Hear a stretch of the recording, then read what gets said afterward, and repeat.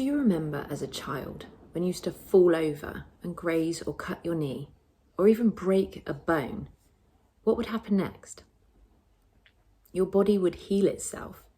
You might be left with a scar, or you might have had to seek some help, but overall, your body healed itself.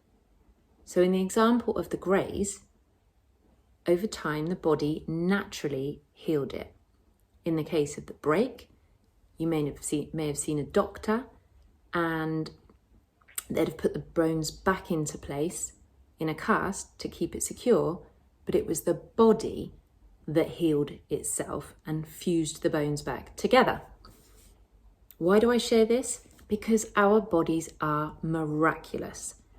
They are also physical representations of us. Each scar tells a tale, physical and emotional, and each illness and disease is actually a physical manifestation of what is going on in our mind and a result of how we feed our bodies.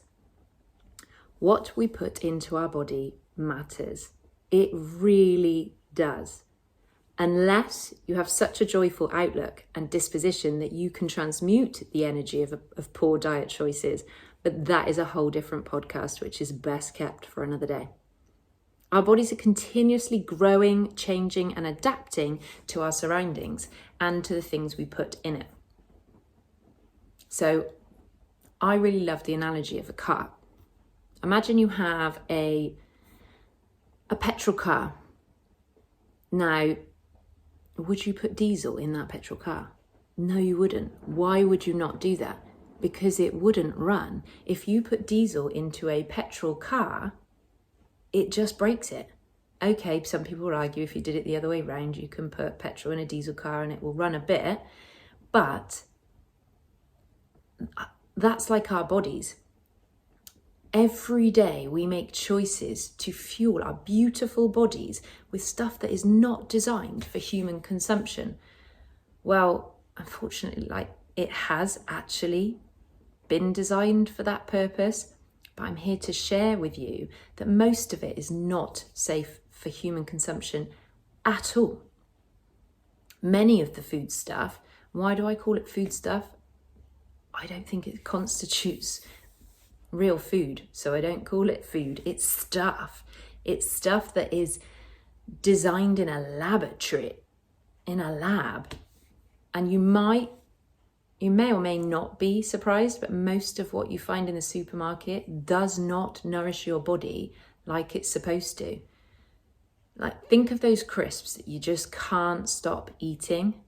They are designed to make you do that. That is why you literally can't stop. They are designed in a lab with chemicals and additives to ensure that you can't stop eating them. After one, you want more and more and more until they're all gone. To me, that doesn't constitute food. But why am I talking about it? Not just so I can have a rant with you, but to share with you my decades of self-driven research about this. I'm not a scientist. I haven't released any published papers, but I do read a lot. I read books, I read research papers, I do trainings, I seek answers, but most of all, I follow my intuition. And our intuition is like our inner guidance system that shows us the way, the inner feelings of what feels right or wrong for us as an individual, the silent inner nudges guiding us to take a chance or to make a different choice. And I believe intuition is something we have been conditioned to ignore over the years so that we can be sold to and misguided for profit. Now, I better not go too deep into that because I definitely will start ranting. There are many additives in the food and drinks that you find readily available on the shelves of your local supermarket, such as sugar-free drinks, for example. Most, if not all of them, contain a substance called aspartame. I think that's how it's pronounced. This is known to, and has been known to, contribute to causing cancer. They know that this stuff causes cancer, yet, and it helps and it promotes the growth of cancer cells, yet it is widely used in many sugar-free products, leading people to believe that you're making healthier choices. The truth is, our bodies are not designed to handle these artificial additives and chemicals, and over time they wreak havoc on our health. But let's take a step back for a moment and look at the bigger picture. Our bodies have evolved over thousands of years to thrive on natural, whole foods that our ancestors consumed.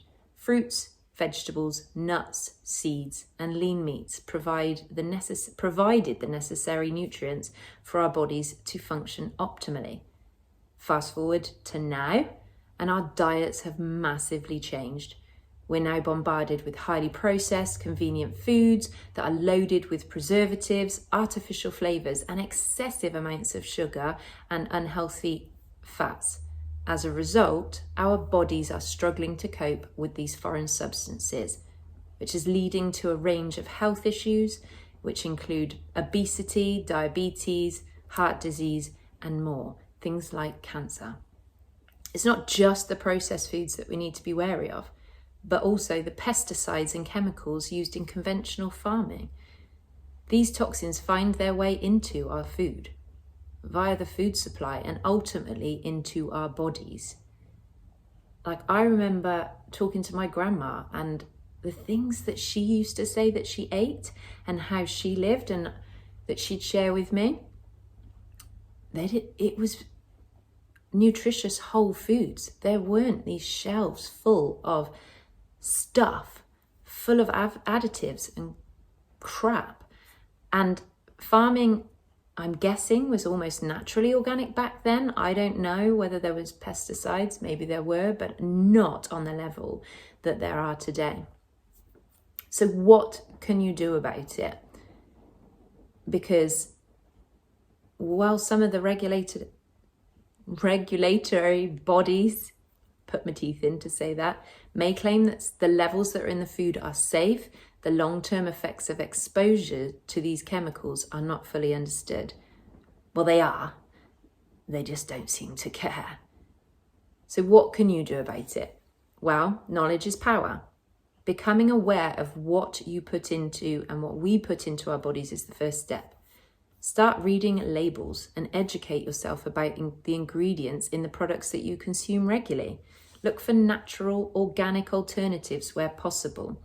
Support local farmers and businesses that prioritize the use of sustainable, chemical-free farming practices.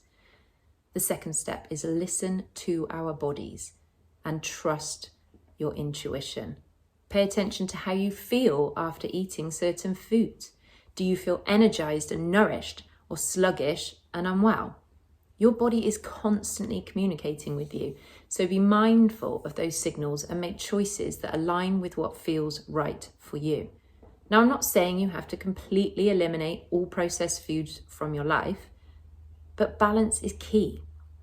And the occasional food stuff won't cause irreparable damage, but making conscious, informed choices about what you